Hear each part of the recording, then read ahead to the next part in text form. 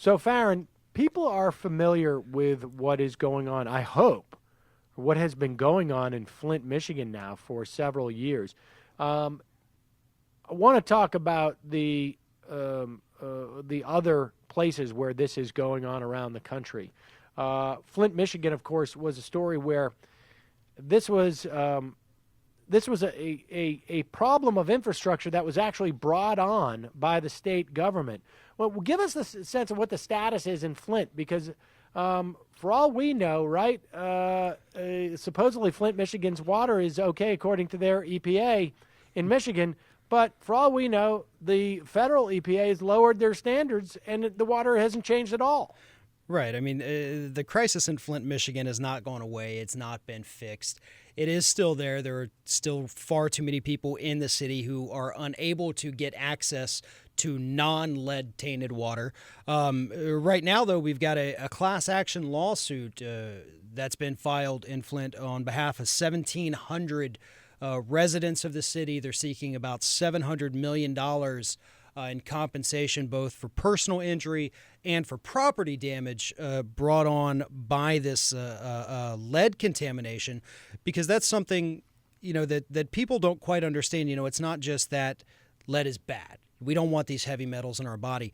Lead poisoning, what's happening to the children in Flint, Michigan, so far we know at least 26,000 children in Flint, Michigan have higher than acceptable limits of lead in their bodies.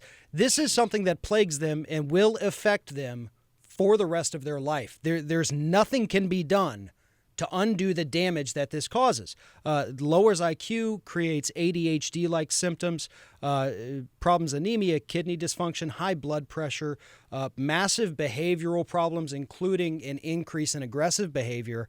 Just as an aside, Freddie Gray, the man given the rough ride by police officers and murdered, was a part of the lead paint settlement. He had been exposed to lead as a child. It messed with his cognitive development, and that's what led to his behavioral problems.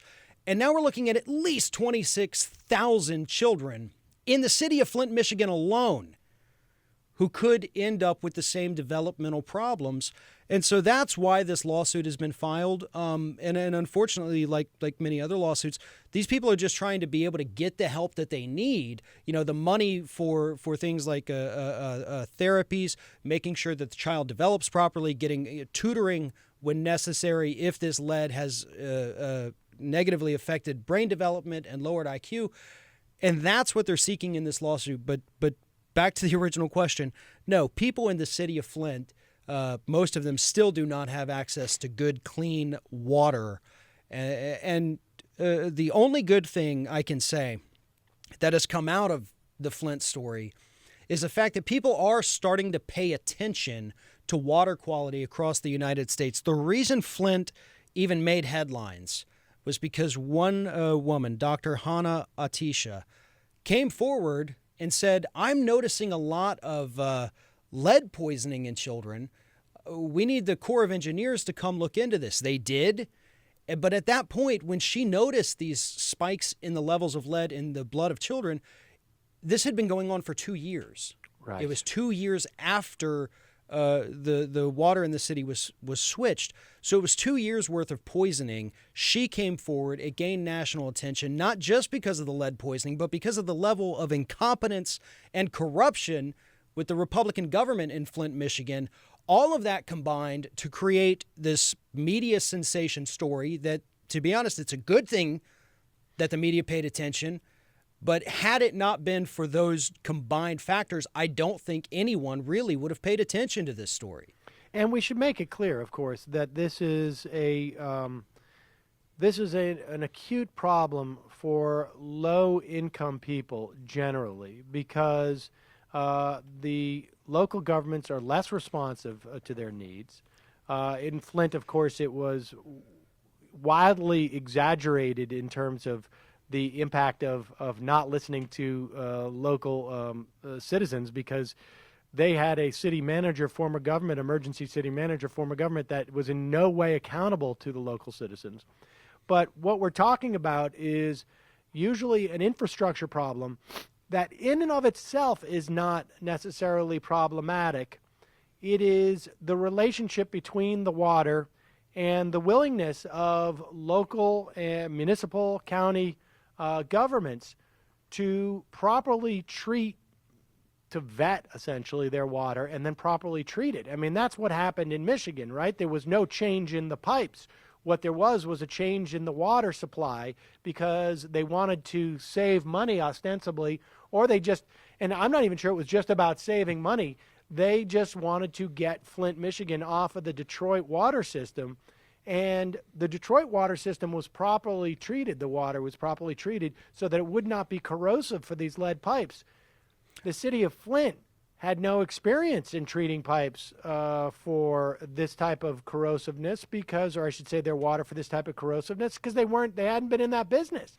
And so you had all these pipes that were sitting there that were like ticking time bombs. And you make a point in your piece on the Desmog blog, which I also read on Truth Out, that there's these ticking time bombs all across the country. Right, and I think that really is the most accurate way to say it because we have 1.2 million miles of aging lead pipes all across the United States. And most of these are World War II era pipes. And the average lead pipe, assuming it's doing nothing but delivering clean, fresh, pure drinking water, has a lifespan of about 75 years. When you add in pollutants to this equation, to the water that's flowing through there, it diminishes the life cycle of the pipe exponentially. And not only does it diminish the life cycle of that particular lead pipe, but it also, the chemicals in the water, whether it's chlorine, whether it's runoff from farms and the chemicals from fertilizers and weed killers, those interact with the lead pipes, causing these chemical reactions throughout the entire pipe that makes the lead leach out into the water. So it is a combination of factors. It's not just simply that the water is going through a lead pipe. It's that the other chemicals, the other pollutants, interact with the lead, cause this chemical swap to take place, and then the lead is in the water and then in the body. And the biggest issue is that Reuters did this phenomenal report back in December where they pointed out that there are Farron, hold on for one second. Let's talk about that Reuters report when we come back. Okay. Because I want to get into that and get a sense of where else. And if people who could be listening to this program right now, they could have a lead pipe problem, a lead in their water problem, and they're not even aware of it. I mean, you say that lead pipes have a 75-year lifespan and that most of them were put in post-World War II. Well, I got news for you, folks. That was about 75 years ago.